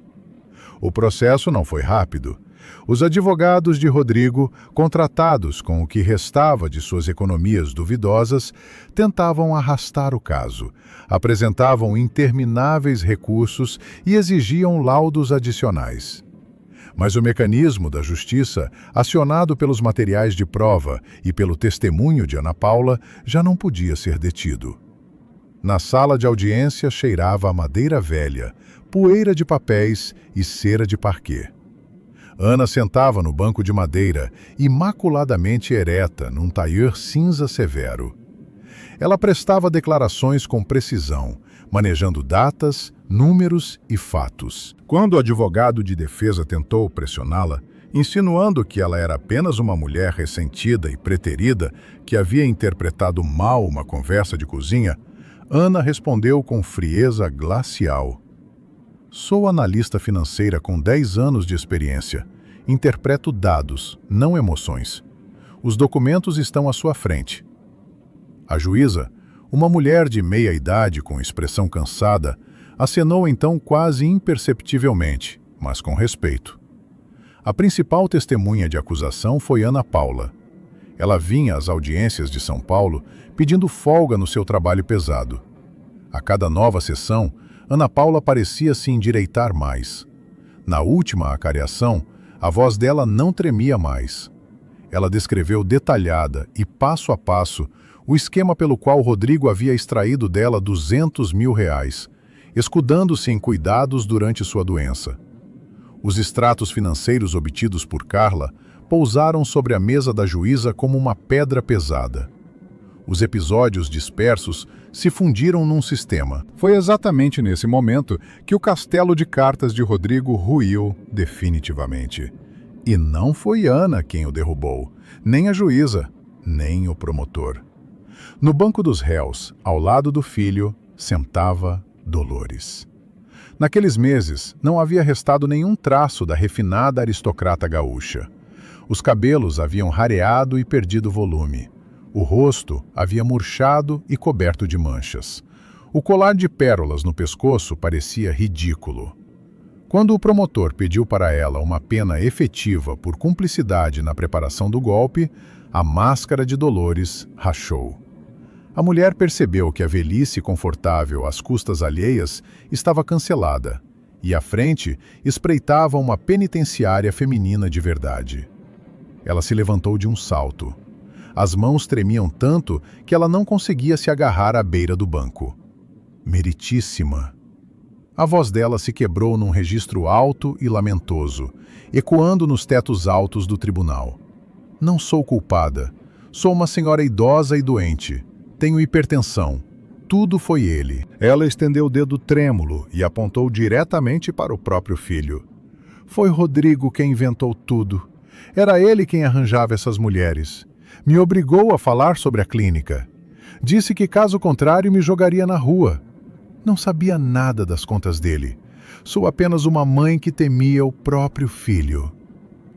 No tribunal instalou-se um silêncio pesado, fisicamente palpável. Rodrigo virou lentamente a cabeça. Ele olhava para a mãe com olhos arregalados. Naquele momento, ele havia deixado de ser o predador polido. Os cúmplices haviam se traído mutuamente. Em nome de sua própria salvação, a mãe havia entregado o filho, apresentando-o como único organizador do esquema criminoso. Ana observava essa cena sem sentir nem triunfo, nem schadenfreude. Apenas uma repulsa surda àquela sujeira em que havia quase afundado. A sentença foi lida uma semana depois. Rodrigo Santos Monteiro recebeu 3 anos de regime fechado. Dolores, levando em conta a idade, a primariedade e a colaboração ativa com a investigação, foi condenada a 2 anos em regime aberto. Quando a juíza leu as últimas linhas, Dolores afundou pesadamente no banco, cobrindo o rosto com as mãos. Saiu do tribunal sozinha. Uma velha curvada que saía apressada, daquela qual haviam se afastado até mesmo os poucos parentes que compareceram à leitura da sentença. Ana saiu para o longo e mal iluminado corredor do fórum. Estava abotoando o casaco quando pelas portas trouxeram Rodrigo. Nos pulsos brilhavam foscos os anéis de metal das algemas. 2 agentes caminhavam ao lado. O homem viu Ana.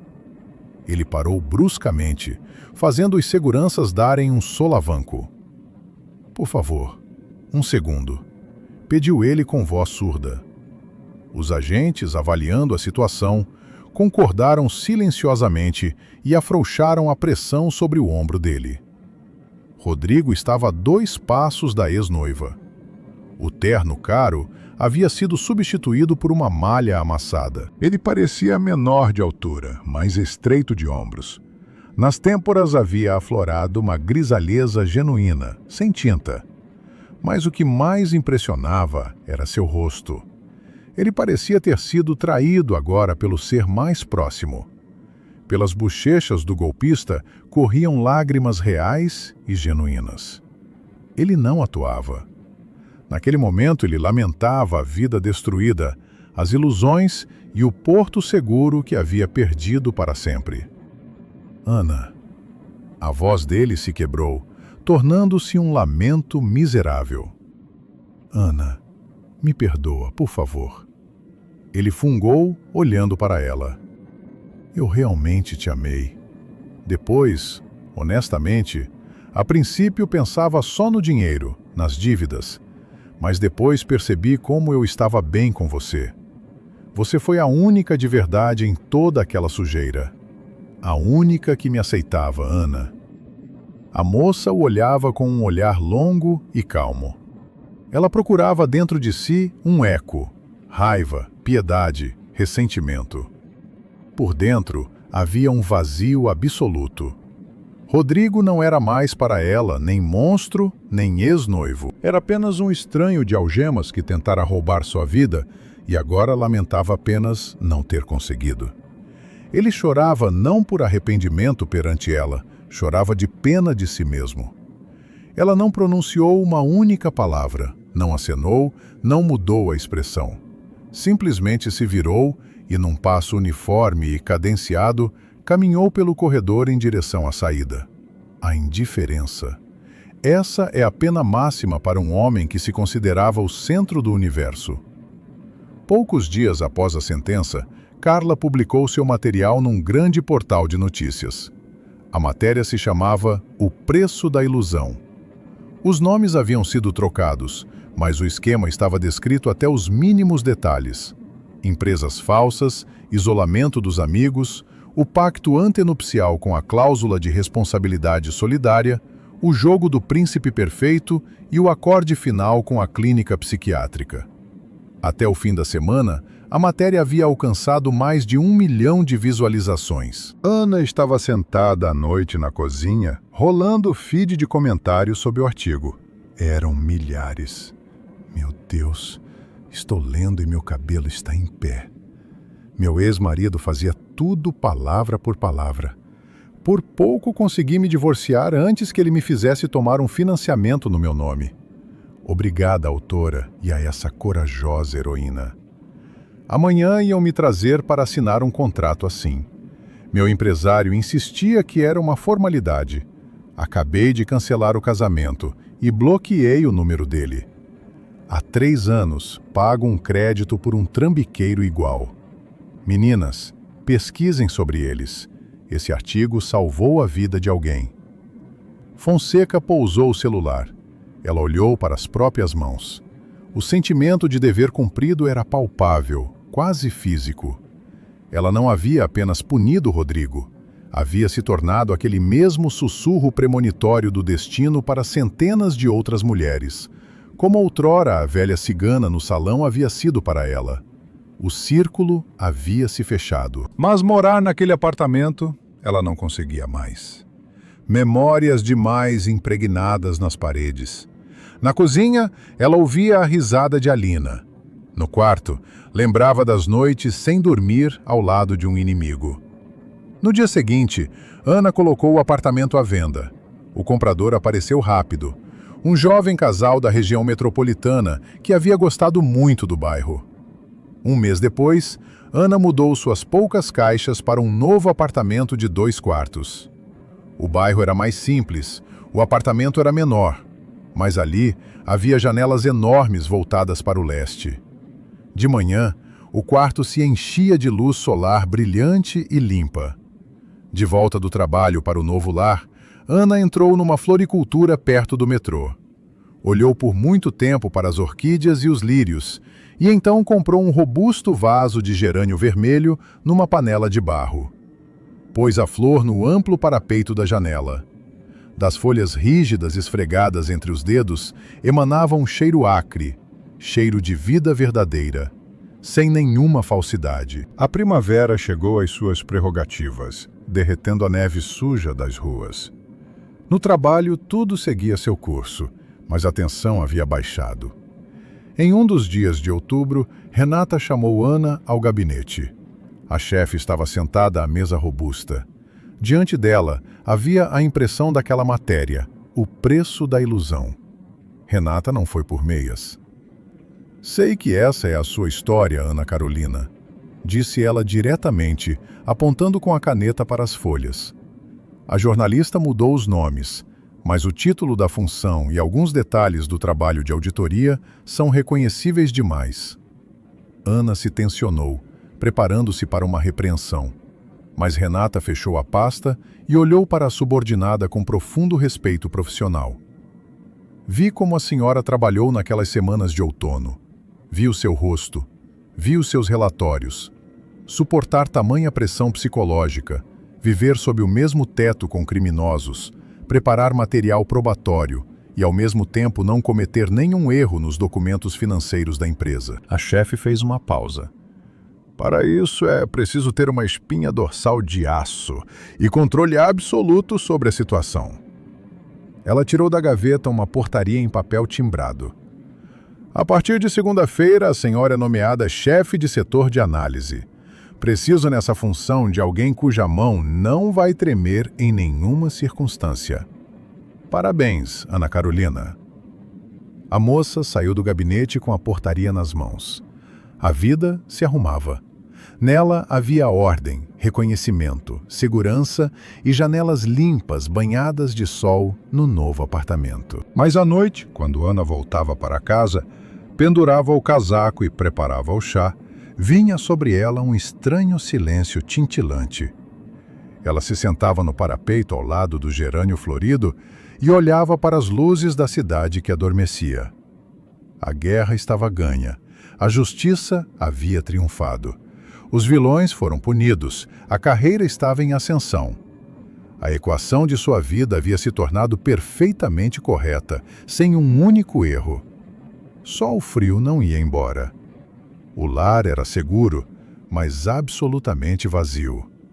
Sob a armadura da analista bem-sucedida e inabalável, ainda vivia uma mulher comum, que queria que alguém simplesmente a abraçasse pelos ombros e perguntasse: "Você está cansada hoje?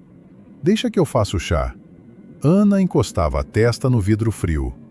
Ela não precisava de restaurantes caros, juramentos ardentes e gestos bonitos. Estava farta disso. Ela precisava de algo verdadeiro. Algo como o cheiro do gerânio na janela, ou como o sorriso sem jeito daquele desconhecido na farmácia noturna, derrubando moedas no piso de cerâmica.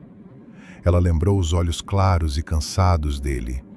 E por alguma razão, foi exatamente dessa lembrança que o silêncio no apartamento pareceu não tão ensurdecedor. O início do verão se lançou sobre a cidade com um calor tão esperado, sementes de tamareira no ar e cheiro de asfalto quente. Ana estava indo àquele aniversário sem nenhuma vontade. Kátia, uma velha conhecida de Carla, comemorava 30 anos e a jornalista literalmente a arrancara de casa à força. "Não dá para ficar para sempre abraçada ao seu gerânio", cortou Carla ao telefone. "Já faz 6 meses que você vive como freira. Coloca alguma coisa decente e vem. Vai ter gente de verdade lá."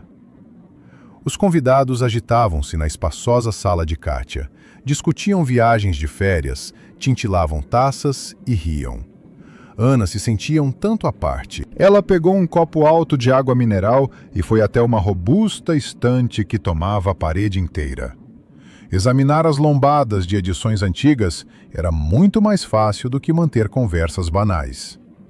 Ela tinha tirado um tomo de Drummond quando percebeu pelo canto do olho um movimento. Ao lado parou um homem. Usava uma camisa de linho clara, um pouco amarrotada, e jeans desgastado. Nenhum brilho, nenhuma linha perfeitamente calibrada. O cabelo loiro estava levemente despenteado, como se ele passasse nele a mão direto. Ele também olhava para os livros, segurando uma xícara de chá na mão. Ana virou a cabeça e ficou parada. Na memória surgiu imediatamente a luz forte da farmácia noturna, o barulho das moedas espalhadas pelo piso de cerâmica e aquele olhar cansado, mas bondoso. O homem sentiu o olhar sobre si, virou-se e também ficou por um segundo parado. Em seus olhos faiscou um reconhecimento. "O band-aid ajudou?" perguntou Ana baixinho, e as comissuras de seus lábios subiram sozinhas. O homem piscou, e então o rosto dele se iluminou num sorriso largo e aberto. Em volta dos olhos se formaram imediatamente as ruguinhas. "O do Homem-Aranha? Ah, ele resolveu tudo." O filho ficou encantado com o efeito curativo. Ele tentou passar a xícara para a outra mão para cumprimentar. Fez isso com muita brusquidão e o líquido escuro respingou no pires branco. Me desculpe. Ele tirou desajeitadamente um guardanapo de papel do bolso e pôs-se a secar a porcelana. Sou Miguel e sou honestamente muito sem jeito quando não estou no trabalho. Ana, e o que você faz no trabalho? Ela olhava para ele limpando o pires cuidadosamente e sentia uma simpatia estranha por aquele despreparo completamente autêntico. Rodrigo nunca teria derramado chá. Rodrigo se movia como um predador. Cirurgião pediátrico. Opero. Miguel finalmente deu conta do pires e ergueu os olhos. 2 dias de plantão. A Kátia é minha amiga de longa data. Não podia perder o aniversário dela. Mas me sinto um pouco como um touro em loja de cristais.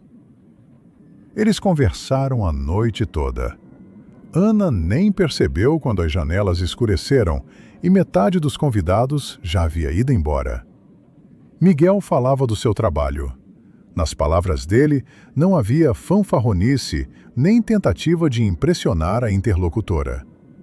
Ele contava sobre os pequenos pacientes, sobre as longas horas sob as luzes do centro cirúrgico, sobre as pesadas conversas com os pais nos corredores do hospital. Ana ouvia sua voz grave e calma e percebia: nesse homem não há nenhum grama de falsidade. Ele estava todo ali, cansado, honesto, real. Dele emanava aquela confiabilidade masculina que é impossível de falsificar com nenhum terno caro. Quando se despediam na entrada do prédio, Miguel não pediu o número com a insistência de um conquistador.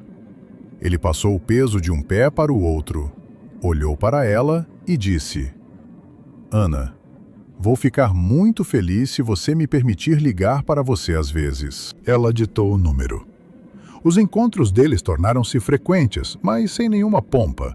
Nenhum restaurante cheio de estrelas Michelin, nenhum buquê enorme de rosas que se torna pesado de carregar nos braços, nenhum gesto espalhafatoso para a plateia. Eles passeavam em velhos parques de São Paulo, comiam sorvete de casquinha sentados em bancos de madeira. Uma vez, em meados de junho, os alcançou de surpresa um aguaceiro de verão quente e forte. Eles se abrigaram sob o telheiro de uma banca de jornal fechada.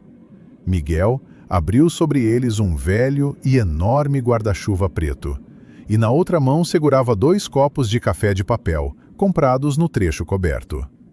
A chuva rugia, batendo na tela tensa do guarda-chuva, cheirava a asfalto molhado e ozônio. Terminamos há 3 anos, contava Miguel, olhando para a cortina de chuva. Eles conversaram sobre o passado, e Ana perguntou sobre a mãe do filho dele. Ela disse que não aguentava mais, que estava esgotada com meus plantões noturnos, com meu salário mínimo hospitalar, com o cheiro de antisséptico que não sai de mim. Foi embora com um empresário. Trabalha no setor de materiais de construção. Na voz dele não havia nem raiva, nem desejo de denegrir a ex-esposa. Ele constatava fatos com uma dignidade silenciosa. Não a culpo. Cada um tem o seu limite de resistência e seus pedidos à vida. O principal é que o Davi ficou comigo. Tinha 5 anos. No começo foi difícil, claro, mas a gente deu conta. Os homens se acostumam com muita coisa quando entendem para quem estão se esforçando. Ana olhava para seu perfil. As gotas de chuva brilhavam na jaqueta. Ela lembrava como Rodrigo difamava todas as ex-namoradas, como culpava o mundo inteiro pelos próprios fracassos. Miguel apenas havia assumido a responsabilidade e continuado a viver, criando o filho com amor e honestidade. Naquela tarde, parada sob a chuva e aquecendo as mãos no copo de papel com café, Ana sentiu o pesado frio glacial que a aprisionava nos últimos 8 meses recuar definitivamente. Ela se apanhou pensando que estava bem. Quieta e calmamente bem ao lado desse homem. O encontro com Davi aconteceu em meados de julho. Miguel convidou Ana para o zoológico, avisando ao filho com antecedência que eles iriam passear em companhia. O menino, de 8 anos, era surpreendentemente parecido com o pai. Os mesmos cabelos claros e o olhar sério e ponderado. Davi era prático e esperto. Usava uma camiseta caprichada com dinossauro e bermuda cheia de bolsos. No começo, ele ficou na defensiva, avaliando a nova companheira do pai. Respondia polidamente às perguntas, mas não se aproximava. Eles percorreram metade do zoológico. Ana não tentava ganhar o menino. Não era dengosa e não o invadia com abraços. Conversava com ele de forma igual e respeitosa, como com um adulto. Davi claramente gostava disso. Ele começou a lhe contar fatos sobre elefantes que havia lido na enciclopédia infantil. Eles pararam diante de um grande recinto com felinos. Miguel foi buscar algodão doce. Ana e Davi ficaram parados junto à grade, observando um leão que descansava. De repente, das profundezas do recinto soou um rugido ensurdecedor, brusco e muito grave, de um segundo leão que não haviam percebido. O som era tão denso que deu arrepios. Davi empalideceu de repente. Ele se sacudiu todo, se afastou da grade e, sem pensar, se enfiou no lado de Ana, escondendo o rosto nas dobras do seu casaco de verão. Os dedinhos se agarraram a tecido com força. Ana não se agitou nem se pôs a lamentar em voz alta. Ela pousou suavemente, mas com firmeza, a mão sobre o ombro dele e se agachou diante dele, de modo que os olhos ficassem no mesmo nível. «Ficou com medo?» perguntou ela baixinho, olhando nos olhos dele. «Eu também levei um susto. O barulho foi muito brusco.» Davi olhou para o pai, que estava na fila distante e não havia visto nada. Então olhou novamente para Ana. Os lábios dele tremeram. Ele se inclinou para ela e começou a falar num sussurro rápido e entrecortado. «Não suporto barulhos altos. Fico com medo na hora, mas nunca falo para o papai.» «Por quê?» sussurrou Ana também. «Ele no trabalho fica o tempo todo cansado, salva as pessoas. Por que vou deixá-lo mais triste ainda, que eu sou um covarde?» Respondeu o menino com uma amargura nada infantil. Ana sentiu um nó quente subir até a garganta. Esse menino de 8 anos tentava ser forte para proteger o pai. Ela acenou com seriedade, sem tirar o olhar do rosto de Davi. «Você não é covarde, Davi. Ter medo de barulhos fortes é normal para qualquer pessoa. Vamos fazer assim, vai ser nosso segredo.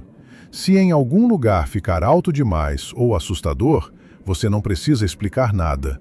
Só me dá a mão e aperta os dedos. Eu vou entender e a gente se afasta. Combinado?» O menino ficou olhando para ela por muito tempo e com atenção, avaliando a sinceridade das palavras. Então, acenou lentamente. «Combinado.» Ana se endireitou. Naquele momento, o enorme leão soltou outro rugido, um pouco mais baixo do que o anterior. Davi não se escondeu. Ele simplesmente estendeu a mão e, completamente naturalmente, com total confiança, enfiou a mãozinha quente na mão de Ana. Ana apertou os dedos dele com força. Miguel voltava para eles com 2 algodões de açúcar. Ele parou a alguns passos, vendo como seu filho segurava a mão de Ana, e ela contava algo baixinho para ele, apontando com a mão livre para o recinto. Miguel encontrou o olhar de Ana. Nos olhos cansados dele não havia nenhum grama de falsidade. Neles brilhava uma ternura tão profunda e uma alegria tão sincera que eram impossíveis de ser interpretadas por nenhum dinheiro do mundo. O verão se encaminhava para o fim, entregando à cidade os últimos dias quentes. Ana estava de pé na cozinha do novo apartamento. As portas para a ampla sacada leste estavam escancaradas. No largo parapeito, o gerânio vermelho florescia exuberante, enchendo o cômodo com seu aroma amargo. Miguel estava agachado diante da pia da cozinha, Com as mangas da camisa arregaçadas, ele remexia concentrado com a chave de cano, trocando o sifão que vazava. As ferramentas tintilavam suavemente sobre o azulejo. Ana preparava o chá e observava o quanto se moviam as mãos dele, com segurança e calma. Naquela cena doméstica, havia tamanha paz que Ana temia quebrá-la com uma palavra descuidada. Davi estava instalado direto no chão da sacada. Tinha estendido uma enorme folha de papel em branco, espalhado em volta lápis coloridos e desenhava com a língua para fora de concentração um mapa. Ana se aproximou e se apoiou de ombro no batente da porta. O que você está construindo, arquiteto? Esta é a minha cidade imaginária nova. Davi ergueu a cabeça, sacudindo para o lado a franja loira que teimava em cair sobre a testa. Aqui está tudo planejado. Aqui fica o posto de bombeiros. Aqui a padaria, porque adoro pão de queijo. E aqui, olha, o mais importante. O menino deu um pulo para mostrar com o dedo o centro do papel, mas não calculou o movimento. O pé se prendeu na beira do tapete da sacada que havia saído do lugar. Davi perdeu o equilíbrio e voou para a frente. Ana reagiu num instante. Deu um passo ao encontro, ampara o menino em pleno voo e se ajoelhou suavemente com ele no chão, apertando-o contra o peito. Peguei. Ela expirou, acariciando as costas dele. Não se machucou? Davi não respondeu e não se afastou. Ele envolveu com os braços o pescoço dela e encostou o nariz no ombro dela. Ficou imóvel em seus braços, como se tivesse encontrado seu lugar seguro. Ana parou de respirar. Ela sentia o coraçãozinho dele bater bem em frente ao seu próprio. Ana. A voz do menino soou abafada, quase inaudível. Ele claramente estava se envergonhando, escolhendo as palavras. Posso? O que pode, meu bem? Davi fungou e se aninhou ainda mais nela. Posso, quando a gente for passear na rua da próxima vez, te chamar de mãe? Porque os amigos do condomínio perguntam, e eu não sei o que dizer. Pode. O tempo ao redor de Ana parou. Todos os esquemas complexos, os cálculos financeiros, os relatórios trimestrais e as dolorosas memórias do passado se desfizeram em pó. A última tensão dentro dela recuou. O ar com custo passou pela garganta contraída. Pelas bochechas de Ana rolaram lágrimas quentes e grossas. Eram lágrimas de uma felicidade absolutamente purificadora. As mesmas lágrimas que ela aguardava há tantos anos. Ela enterrou o rosto nos cabelos claros do menino e o apertou com força. Pode, claro que pode, meu bem. Atrás, ouviram-se passos. Miguel saiu para a sacada, enxugando as mãos no pano de prato da cozinha. Ele viu Ana ajoelhada no chão, chorando e abraçando o filho. Ele não perguntou nada. Miguel largou o pano numa cadeira, se aproximou deles e sentou no chão ao lado. A mão grande e quente dele pousou no ombro de Ana. Miguel virou suavemente o rosto dela para si. Com o dedo polegar, levemente áspero do cirurgião, ele enxugou com cuidado uma lágrima da bochecha dela. E então, ele simplesmente os abraçou a ambos com os braços grandes e confiáveis, cobrindo-os do mundo inteiro. A analista não era mais necessária. Pela primeira vez na vida, Ana sabia que a equação mais complexa de sua existência havia se encerrado com absoluta precisão. Queridos amigos, obrigados por ouvir a história até o fim. Esperamos que a trajetória difícil, mas tão forte de Ana, tenha tocado o coração de vocês. Para nós, é muito importante saber quais emoções e pensamentos ela despertou em vocês.